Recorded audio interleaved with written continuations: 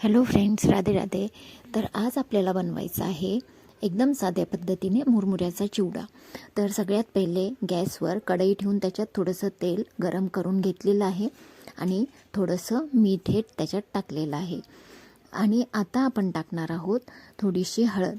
तर आमच्याकडे खूप जास्त मोठ्या साईजची कढई नाही आहे, मीडियम साईजचीच कढई आहे. त्याच्यामुळे या कढईत जेवढे मुरमुरे बसतील त्या पद्धतीने आम्ही मीठ आणि हळद त्याच्यात टाकलेलं आहे आणि आता भाजलेले आहेत मुरमुरे. तर याच्यात जेवढे बसतील तेवढे मुरमुरे टाकून घेतलेले आहे आणि एकदम म्हणजे मंद आचेवर हे मुरमुरे आपल्याला व्यवस्थित भाजून घ्यायचे आहेत.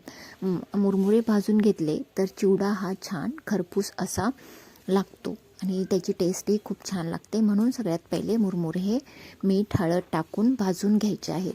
तर खूप फुल गॅस न करता मीडियम गॅसवर मुरमुरे व्यवस्थित कडक होईपर्यंत भाजून घ्यायचे आहेत. आता नंतर आपण करत आहोत त्याच्यात जे जे काय पदार्थ आपल्याला टाकायचे आहेत त्याची तयारी. तर हे टाकणार आहोत आम्ही आता मक्याचे पोहे. तर मक्याचे पोहे तुम्हालाही माहिती असेल की मक्याच्या पोह्याने किती टेस्टी छान लागते. तर तुमच्या आवडीनुसार मक्याच्या पोह्याचे प्रमाण तुम्ही कमी जास्त प्रमाणात हे टाकू शकता. आता आपण याच्यात टाकणार आहोत शेंगदाणे. शेंगदाणेही कमी गॅस करून या तेलामध्ये या छोट्या चाळणीचा यूज करून व्यवस्थित तळून घ्यायचे आहेत. छोटी चाळणी यासाठी यूज करायची आहे की आपण पूर्णच म्हणजे त्या कढईमध्ये जेव्हा काहीही तळतो तर ते एकतर म्हणजे थोडासा गॅस कमी जास्त झालं की ते जळतं. म्हणून ही छोटीशी चाळणी यूज करून तुम्ही जे याच्यात मुरमुऱ्या म्हणजे चिवड्यामध्ये टाकायचे जे पदार्थ आहेत ते तळून घेऊ शकता.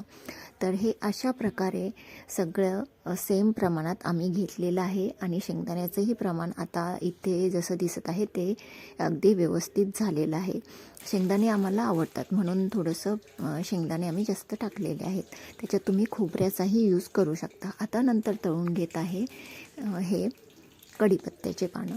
त्यांनीही त्याची स्मेल चिवड्याला छान येते म्हणून आम्ही टाकत आहोत आता कढीपत्ता. तुमच्या आवडीनुसार तुम्ही कोथिंबीर टाकायची असेल तीही टाकू शकता किंवा खोबरंही तुम्ही टाकू शकता.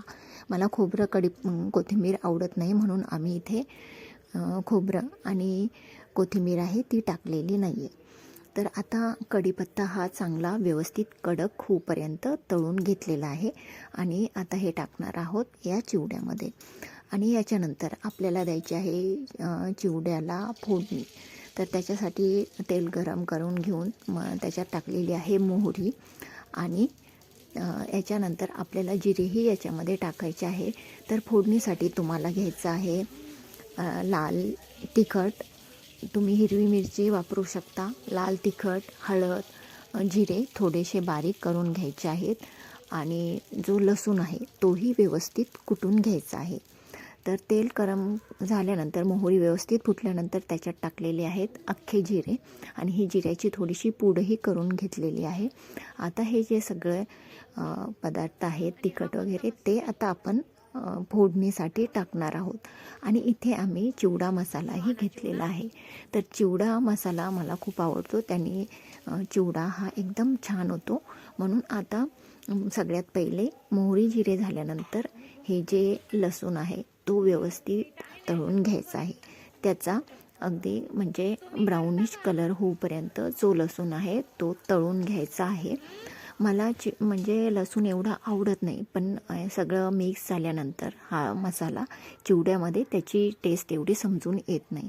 तर आता जो लसूण आहे तो ब्राऊन कलरचा झालेला आहे आणि आता जी जिरेपूड आहे ती आता आपण इथे टाकत आहोत. आणि मग आता जे बाकीचे सगळे मसाले आहेत तेही इथे टाकलेले आहेत. तर जो आपला चिवडा मसाला आहे त्याचं प्रमाण थोडंसं बाकीच्या लाल मिरची हळद यांच्यापेक्षा थोडंसं जास्त घ्यायचं आहे. तर आता इथे फोडणी देऊन ही फोडणी झाल्यानंतर तो जो सगळा मसाला आहे हा या चिवड्यामध्ये टाकलेला आहे आणि मग त्याच्यानंतर तो मसाला व्यवस्थित सगळ्या चिवड्यामध्ये मिक्स करून घ्यायचा आहे. या व्हिडिओत जसं की दाखवत आहे हाताने सगळ्या चिवड्यामध्ये तो जो मसाला आहे तो व्यवस्थित मिक्स करून घ्यायचा आहे, जेणेकरून सगळ्या चिवड्याला त्याची टेस्ट ही लागली पाहिजे. तर अशा प्रकारे झटपटीत आपला चिवडा झालेला आहे रेडी. इव्हनिंगला सगळ्यांनाच काहीतरी स्नॅक्स खायची इच्छा होते, त्यासाठी हा चिवडा एकदम चांगला ऑप्शन आहे आणि त्याने काही ॲसिडिटी वगैरे असे त्रासही होत नाही. म्हणून छोट्या मोठ्यांसाठी सगळ्यांसाठी आपण घरी असा हा चिवडा बनवून ठेवू शकतो. भेटू नेक्स्ट व्हिडिओमध्ये. थँक्यू.